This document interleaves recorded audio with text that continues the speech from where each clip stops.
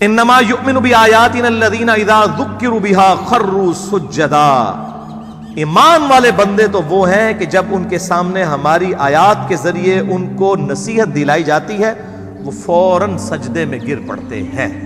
اللہ اکبر، سبحان ربی الاعلی، سبحان ربی الاعلی، سبحان ربی الاعلی۔ یہ ٹو باؤ ڈاؤن کرنا کافی ہے۔ صحیح بخاری کے اندر موجود ہے کہ عبداللہ بن عمر رضی اللہ تعالیٰ عنہ قرآن حکیم بغیر وضو کے بھی پڑھ رہے ہوتے تھے، اور اس دوران جب آیت سجدہ آتی تھی تو بغیر وضو کے ہی اسی حالت میں سواری پہ بیٹھے ہوئے ٹو باؤ ڈاؤن کر کے سجدہ تلاوت کر لیتے تھے۔ اس کے لیے ماتھا لگانا ضروری نہیں، وہ اعلیٰ ترین درجہ ہے۔ اگر آپ قرآن پڑھتے ہوئے یہ سجدہ ہے اور آپ یوں کر لیتے ہیں تو یہ سجدہ تلاوت ادا ہو جائے گا۔ وَارْكَعُوا مَعَ الرَّاكِعِينَ کے تحت یہ بھی اسی میں آتا ہے۔ تو اللہ تعالیٰ ہمارے اہل ایمان وہ ہیں، ہماری آیات سے جب ان کو نصیحت کی جاتی ہے وہ سجدے میں یعنی ٹو باؤ ڈاؤن کرتے ہیں، وَسَبَّحُوا بِحَمْدِهِ، اور وہ اپنے رب کی تسبیح کرتے ہیں اس کی حمد کے ساتھ، وَهُمْ لَا يَسْتَكْبِرُونَ، اور ان میں تکبر نہیں ہوتا، اکڑ نہیں ہوتی اہل ایمان کے اندر۔ یہ تکبر کے اندر پوری قیامت مضمر ہے میرے بھائیوں۔ صحیح مسلم میں حدیث کہ آپ صلی اللہ علیہ وآلہ وسلم نے فرمایا جس شخص کے دل میں رائی کے دانے کے برابر بھی تکبر ہوا وہ جنت میں نہیں جائے گا۔ ایک صحابی نے عرض کی یا رسول اللہ صلی اللہ علیہ وآلہ وسلم، بسا اوقات ہمارا دل کرتا ہے کہ ہمارے کپڑے خوبصورت ہوں، ہماری جوتیاں خوبصورت ہوں، ہم اچھے دکھیں، کیا یہ بھی تکبر ہے؟ تو آپ صلی اللہ علیہ وآلہ وسلم نے فرمایا یہ تکبر نہیں ہے، بلکہ اللہ بھی خوبصورت ہے اور خوبصورتی کو پسند فرماتا ہے۔ تکبر یہ نہیں ہے کہ تم اچھا لباس پہنو یا اچھی جوتیاں پہنو یا اچھے دکھو، بلکہ تکبر یہ ہے کہ تم حق بات سے اناد کر دو اور دوسروں کو حقیر سمجھو۔ یعنی کسی شخص پہ حقیقت کھل گئی کہ نماز پڑھے بغیر میں مسلمان نہیں ہوں، اب پھر بھی وہ اکڑا ہوا ہے، وہ ہے متکبر۔ اگر کسی نے اچھے کپڑے پہنے ہوئے ہیں لیکن اس کے باوجود وہ دوسروں کو حقیر سمجھ رہا ہے تو متکبر ہے، اور اگر وہ اچھے کپڑے پہن کے دوسروں کو حقیر نہیں سمجھ رہا کوئی متکبر نہیں۔ حق بات سے اناد کرنا، اس سے روگردانی کرنا، یہ اصل تکبر ہے۔ ایک بندے کو صحیح بخاری اور صحیح مسلم سے نماز کا طریقہ کھول کے بتا دیا کہ میرے بھائیوں نبی صلی اللہ علیہ وآلہ وسلم اس طریقے سے سنت کے مطابق نماز پڑھتے تھے کہ رکوع میں جاتے وقت اور رکوع سے اٹھتے وقت رفع الیدین کرتے تھے، اور وہ کہ نہیں ساڑھے بزرگ پاگل سے انہوں نے نہیں پتہ لگا۔ بھئی بزرگ اللہ کے پاس چلے گئے، وہ اپنے اعمال کے جواب دہی خود کریں گے۔ ہمارے سامنے جو کتاب و سنت کے دلائل ہیں ہم نے تو اس کے سامنے سر تسلیم خم کرنا ہے، نہ کہ ہم نے کسی اور کو دیکھنا ہے۔ ہمارے لیے تو آئیڈیل ہمارے محبوب صلی اللہ علیہ وآلہ وسلم کی مبارک ذات ہے، نہ کہ کسی دنیا دار شخص کی یا ہمارے آباء و اجداد ہمارے لیے آئیڈیل ہے۔ لقد کان لکم فی رسول اللہ اسوۃ حسنہ، بے شک رسول اللہ صلی اللہ علیہ وآلہ وسلم کی زندگی میں تمہارے لیے بہترین نمونہ ہے۔ الحمدللہ۔ تو یہ تکبر کی میں نے ڈیفینیشن بھی بتا دی اس حوالے سے۔ اللہ تعالیٰ فرماتا ہے دنیا میں ان کی حالت کیا تھی، تتجافا جنوبہم عن المضاجع یدعون ربہم خوفا وطمعا۔ ہمارے نیک بندے وہ تھے کہ ان کی پیٹھیں جو ہیں وہ اپنی خوابگاہوں سے، اپنے بستروں سے الگ رہتی تھی، اور وہ خوف اور لالچ میں ہمیں پکارا کرتے تھے۔ خوف کس کا؟ آخرت کے دن کا، اور لالچ کس کی؟ جنت کی لالچ۔ اور یہ جو صوفیاء کے ہاں ایک بڑی مشہور بات آئی، اور سیدنا علی کی طرف بھی یہ جھوٹا قول منسوب کیا گیا کہ میں اللہ کے خوف یا جنت کی لالچ میں عبادت نہیں کرتا، یہ بالکل جھوٹ ہے، یہ تو قرآن کے خلاف ہے۔ یہ آیت دیکھ لیں کہ اہل ایمان کی نشانی ہے کہ وہ اللہ سے خوف بھی کھاتے ہیں اور اللہ سے لالچ بھی رکھتے ہیں جنت کی۔ مجھے بتائیں جنت کی لالچ کس نے دی ہے؟ اللہ نے۔ اب کوئی شخص کہتا ہے مجھے جنت نہیں چاہیے، تو وہ کس کو نگیٹ کر رہا ہے؟ اللہ کو۔ دوزخ کا ڈر کس نے سنایا؟ اللہ نے۔ اگر وہ کہتا ہے جی مجھے دوزخ کا ڈر نہیں، اور عجیب و غریب قسم کی باتیں کرتا ہے، یہ کتاب و سنت کی تعلیمات میں یہ باتیں نہیں ہیں، آپ کی جذباتی ڈاکٹرائن ہے، جذباتی جملے ہیں، ان کی کوئی حقیقت نہیں ہے، یہ صرف جذباتی باتیں ہیں۔ اہل ایمان جو ہے وہ تو اللہ تعالیٰ نے سورۃ الفرقان میں فرمایا کہ اہل ایمان تو دعا کرتے ہیں ربنا اصرف عنا عذاب جہنم ان عذابها کان غراما، اے رب ہمارے ہم سے دوزخ کا عذاب پھیر دے، بے شک دوزخ کا عذاب تو ہمارے گلے کا پھندا بن چکا ہے، یہ لٹکتی ہوئی تلوار ہے ہمارے سر کے اوپر، اے اللہ ہمیں دوزخ سے رہائی عطا فرما دے۔ یہاں پہ کہتے ہیں نہیں دوزخ کا ڈر نہیں، جنت کی لالچ نہیں۔ اور اللہ تعالیٰ کیا فرما رہے ہیں کہ اہل ایمان خوف بھی رکھتے ہیں اور امید۔ وَمِمَّا رَزَقْنَاهُمْ يُنْفِقُونَ، اور ہمارے دیے ہوئے مال میں سے ہماری راہ میں خرچ کرتے ہیں. ظاہر ہے جیب وہی ڈھیلی کرے گا جسے آخرت کے ڈیوائن بینک کی امید ہوگی کہ دنیا میں جو کچھ جو ہے وہ خرچ کر رہا ہوں وہ اللہ کے ڈیوائن بینک میں سٹور ہو رہا ہے, اللہ تعالیٰ مجھے 700 گنا اس سے بھی بڑھ کر لوٹائے گا انشاءاللہ. فلا تعلم نفس ما اخفی لهم من قرۃ اعین, پس کسی جان کو نہیں پتا جو کچھ اللہ تعالیٰ نے اس کی نفس کی خواہش والی چیزیں چھپا کے رکھی ہیں, من قرۃ اعین, ان کی آنکھوں کی ٹھنڈک کے لیے جنت میں, جزاء بما كانوا يعملون, جزا ان اعمال کے بدلے میں جو وہ دنیا میں کیا کرتے تھے. اللہ تعالیٰ فرماتا ہے کوئی جان نہیں جانتی کہ اللہ تعالیٰ نے جنت میں اس کے لیے کیا کیا نعمتیں تیار کر رکھی ہیں ان کی آنکھوں کی ٹھنڈک کے لیے. اور اسی کانٹیکسٹ میں بخاری اور مسلم دونوں میں حدیث ہے کہ آپ صلی اللہ علیہ وآلہ وسلم نے سورہ سجدہ کی یہی آیت تلاوت کی اور پھر فرمایا کہ کوئی شخص نہیں جانتا کہ اللہ تعالیٰ نے اس کے لیے جنت میں کون کون سی نعمتیں چھپا رکھی ہیں, اور پھر فرمایا کہ ایسی ایسی نعمتیں چھپا رکھی ہیں جو نہ کسی آنکھ نے دیکھی, نہ کسی کان نے سنی, نہ کسی کے دل پہ ان کا کھٹکا گزرا. اور پھر آپ صلی اللہ علیہ وآلہ وسلم نے یہی آیت تلاوت کی. لیکن ساتھ یہ ہے اعمال کے بدلے میں. دودھ پینے والے مجنون نہیں چاہیے, اعمال کرنے والے. افمن کان مؤمنا کمن کان فاسقا, بھلا بتاؤ جو اللہ کی بات ماننے والا ہے اور جو نہیں ماننے والا وہ برابر ہو سکتے؟ لا یستوون, وہ برابر نہیں ہو سکتے.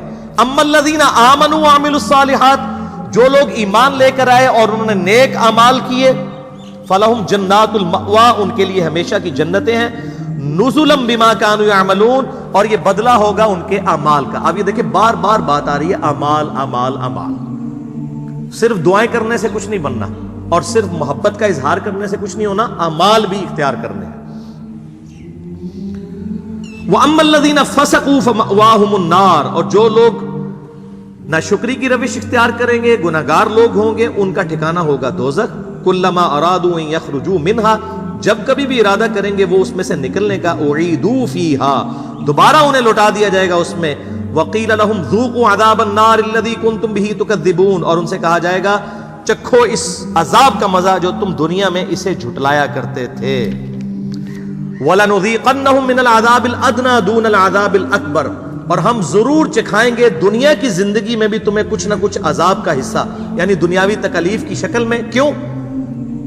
لَعَلَّهُمْ يَرْجِعُونَ, تاکہ تم ہماری طرف لوٹ آؤ. دنیا میں تکلیفیں اسی لیے آتی کہ انسان جو ہے وہ اس سے سبق سیکھ کے اللہ کی طرف آئے. وَمَنْ أَظْلَمُ مِمَّنْ ذُكِّرَ بِآيَاتِ رَبِّهِ, اس سے بڑھ کر ظالم کون ہے کہ جسے اس کی رب کی آیات پڑھ پڑھ کے سنایا جائے, ڈر سنایا جائے کہ بچ جاؤ آخرت کے دن کی جواب دہی کے معاملے میں. ثم اعرض عنها, اس کے بعد وہ منہ پھیر لے. انا من المجرمین منتقمون, ایسے مجرموں سے تو ہم انتقام لے کر چھوڑیں گے. کتنی سخت آیت ہے کہ جو اللہ تعالیٰ کی نصیحت کو کیجول لیتا ہے, اللہ تعالیٰ فرماتا ہے ایسے مجرموں سے ہم انتقام لیں گے. انتقام کا لفظ استعمال کیا ہے. جو اللہ تعالیٰ کی دعوت کو, اس کے محبوب صلی اللہ علیہ وآلہ وسلم کی دعوت کو کیجول لیتے ہیں. یہ ہمارا یہ رکوع مکمل ہو گیا. اب 2-3 حدیثیں سنا کے میں اس کو کنکلوڈ کرتا ہوں. میرے بھائیوں, یہ دنیا کی زندگی عارضی ہے, آخرت میں پہنچ کے یہ سارے ایشوز ریزالو ہو جائیں گے. صحیح مسلم کی حدیث ہے کہ آپ صلی اللہ علیہ وآلہ وسلم نے فرمایا جب جنتی جنت میں داخل ہوں گے تو پہلی ان کو خوشخبری یہ دی جائے گی کہ جنتیوں تمہیں مبارک ہو, آج کے بعد تم کبھی نہیں مرو گے, ہمیشہ زندہ رہو گے. موت ختم ہو جائے گی. جو بخاری میں آتا ہے کہ موت مینڈے کی شکل میں لا کے میدان محشر میں قتل کر دی جائے گی. جنتیوں کے لیے خوشخبری ہوگی کہ اب ہمیں جنت سے نکالا نہیں جائے گا, اور دوزخیوں کے لیے اس میں عذاب ہوگا کہ ہمیں موت نہیں آئے گی. تو مسلم شریف کے الفاظ ہیں, پہلی خوشخبری جنت میں داخل ہو جانے کے بعد کہ مبارک ہو, آج کے بعد تمہیں کبھی موت نہیں آئے گی. نمبر 2, آج کے بعد تم کبھی بوڑھے نہیں ہوگے, ہمیشہ جوان رہو گے, 30 سال عمر رہے گی. نمبر 3, کبھی بیمار نہیں پڑو گے, ہمیشہ ہی تندرست رہو گے. نمبر 4, کبھی بدحال نہیں ہوگے, ہمیشہ خوشحال رہو گے. اور 5ویں خوشخبری تو سب سے اوپر ہے کہ آج کے بعد اللہ تم سے کبھی ناراض نہیں ہوگا, ہمیشہ راضی ہی رہے گا. جنت میں کوئی ایسا عمل نہیں ہوگا کہ جس کی وجہ سے اللہ تعالیٰ ناراض ہو. یہ ساری جو حدود اللہ ہے یہ دنیا میں, جنت میں اہل ایمان کو سونے کے کنگن پہنائے جائیں گے. دنیا میں مرد کے لیے سونا حرام ہے, دنیا میں مرد کے لیے ریشم حرام ہے, لیکن قرآن حکیم میں آتا ہے ریشمی لباس پہنایا جائے گا جنتیوں کو. جنت میں کوئی ایسا عمل نہیں ہوگا جس سے اللہ تعالیٰ ناراض ہو. لیکن دنیا کی زندگی پھر قید خانہ ہے. صحیح مسلم میں حدیث ہے, آپ صلی اللہ علیہ وآلہ وسلم نے فرمایا کہ دنیا کی زندگی مؤمن کے لیے قید خانہ ہے اور کافر کے لیے جنت ہے. قید خانہ اس لیے کہ اسے ہر لمحے سوچنا پڑتا ہے یار اے پتہ نہیں اللہ ناراض نہ ہو جائے, اے میں کیتا ہے, اے غلط نہ ہوئے, یہ کر دیا, یہ غلط نہ ہو. تو ہر وقت ایک قید خانے کسی کی سچویشن ہے. لیکن یہ دنیا کی چھوٹی سی زندگی دے کے آخرت کی زندگی لے لی جائے تو کوئی مہنگا سودا تو نہیں ہے. آپ دیکھ لیں کہ اگر کسی شخص کی زندگی 1 ارب سال ہو اور دوسرے شخص کی زندگی 1 ارب سال اور 1 دن ہو تو اس میں کوئی فرق نہیں, دونوں ارب سال ہی جی رہے ہیں. لیکن یہ 1 سال دنیا کی زندگی اور ارب سال خرب سال آخرت کی زندگی, اگر کوئی یہ 1 سال کی یا 1 دن کی زندگی دے کے وہ ارب سال کی زندگی کما لے, وہ فائدے میں ہے, یا جو یہ 1 دن کی زندگی جو ہے اس کو عیاشی سے گزار کے 1 ارب سال کی زندگی گنوا دے. جو مسلم شریف میں حدیث ہے کہ دنیا اور آخرت کی مثال اس طرح ہے, کوئی شخص انگلی ڈبوئے سمندر میں, جو پانی لگتا ہے انگلی کے ساتھ وہ دنیا کی زندگی ہے اور سمندر آخرت کی زندگی. تو اصل تو ناکام وہ ہے, لیکن یہ معاملہ بڑی مشکل سے سمجھ آتا ہے. صحیح مسلم میں ہی ایک حدیث ہے, صحیح مسلم کا جنت والا چیپٹر ضرور پڑھیں, آپ کو یہ ساری چیزیں مل جائیں گی, کہ آپ صلی اللہ علیہ وآلہ وسلم نے فرمایا اللہ تعالیٰ نے جنت کو جو ہے وہ ناگوار چیزوں سے ڈھانپ رکھا ہے.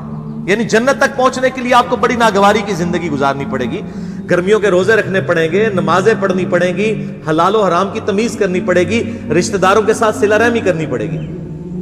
تو یہ بڑی ناگوار چیزیں ہیں, یہ کرنے کے بعد جنت آئے گی. یہ آبسٹیکلز ہیں. اور دوزخ کو اللہ نے شہوات سے ڈھانپ رکھا ہے, جس میں کہتے ہیں نا کڑگا لانا, کہ دوزخ کی طرف ہر بندہ ہی لپکے گا.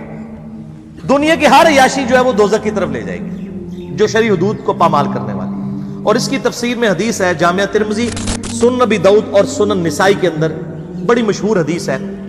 آپ صلی اللہ علیہ وآلہ وسلم فرماتے ہیں کہ جب اللہ تعالیٰ نے جنت کو پیدا کیا تو جبرائیل علیہ السلام سے کہا کہ جائے جنت وزٹ کر کے آئیں. جبرائیل علیہ السلام واپس آئے, انہوں نے کہا یا اللہ جنت تو ایسی جگہ تو نے بنائی ہے کہ یہ ساری جنت میں پہنچ جائیں گے لوگ, اس کے لیے کون کوشش نہیں کرے گا. پھر اللہ تعالیٰ نے جنت کو ناگوار چیزوں سے ڈھانپ دیا. یعنی دنیا میں شریعت کی پابندی ہے جو بظاہر تو ناگوار چیزیں, مشکل کام ہے. پھر جبرائیل علیہ السلام کو کہا اب جا کے جنت کو دیکھیں. وہ جب جنت دیکھی نا انہوں نے کہ اتنے مشکل کام کر کے جنت تک پہنچنا ہے, ان کا یا اللہ مجھے نہیں لگتا کہ کوئی شخص اب جنت میں پہنچنے میں کامیاب بھی ہوگا. یہاں لوگ کہتے ہیں اللہ جو کچھ بھی ہے تیرے محبوب کی امت سے, یعنی اسی بندے دا پتر نہیں بننا, اسی اپنی اصلاح کوئی نہیں کرنی, این جی سانو قبول کر. یعنی چور ہیں, ٹھگ ہیں, بے ایمان ہیں, بے نمازی ہیں, جو کچھ بھی ہے تیرے محبوب کی امت سے. اگر دنیا میں مورل لاز ایکٹیو ہوتے نا, اسی وقت سر پہ آگے جوتی پڑتی کہ محبوب صلی اللہ علیہ وآلہ وسلم کا نام لیتے ہو اور اعمال اپنے دیکھو. اچھا, اسی حدیث میں آتا ہے ابو داؤد, ترمذی اور ابن ماجہ کی, کہ پھر اللہ تعالیٰ نے جبرائیل علیہ السلام کو کہا جا کے دوزخ دیکھیں. دوزخ دیکھی, انہوں نے کہا یا اللہ کوئی شخص بھی دوزخ کے لیے کوشش نہیں کرے گا, کوئی شخص بھی دوزخ میں نہیں پہنچے گا, اتنی سخت عذاب ہے اس کا.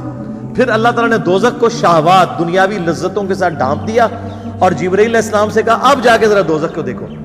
جب انہوں نے دوزخ کو دیکھا, انہوں نے کہا یا اللہ مجھے نہیں لگتا کہ کوئی بندہ دوزخ سے بچ پائے گا. اللہم اجرنا من النار, اللہم اجرنا من النار, اللہم اجرنا من النار, اللہم من احییتہ منا فاحیہ علی الاسلام ومن توفیتہ منا فتوفہ علی الایمان.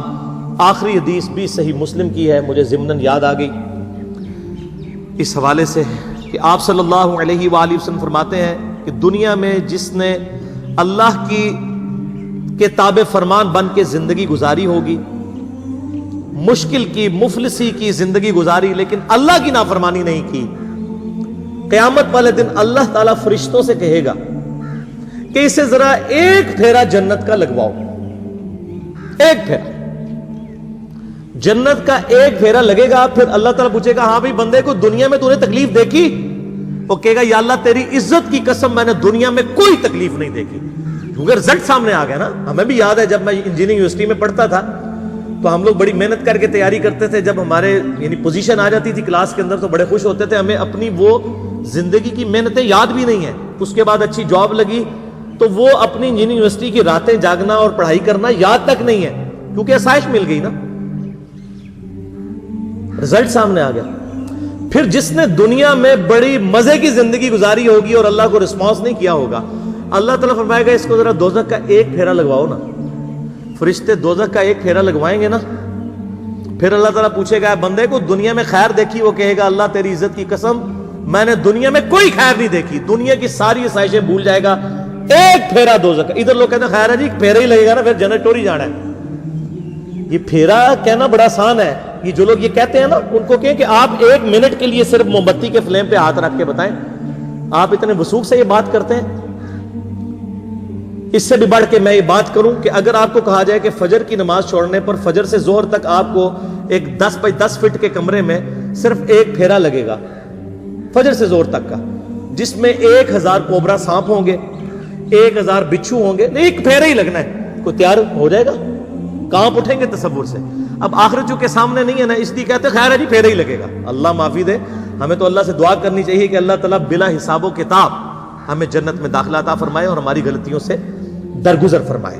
اس معاملے میں اللہ تعالیٰ سے کبھی بھی اس قسم کی بات نہیں کرنی چاہیے کہ ایک پھیرا ہی لگے گا.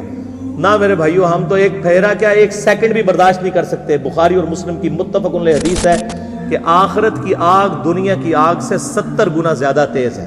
ہم تو دنیا کی آگ برداشت نہیں کر سکتے. تو اتنے وثوق کے ساتھ اس قسم کی باتیں کرنا یہ بہت دیدہ دلیری ہے اللہ تعالیٰ کے اوپر. اس حوالے سے اللہ سے ڈرنا چاہیے.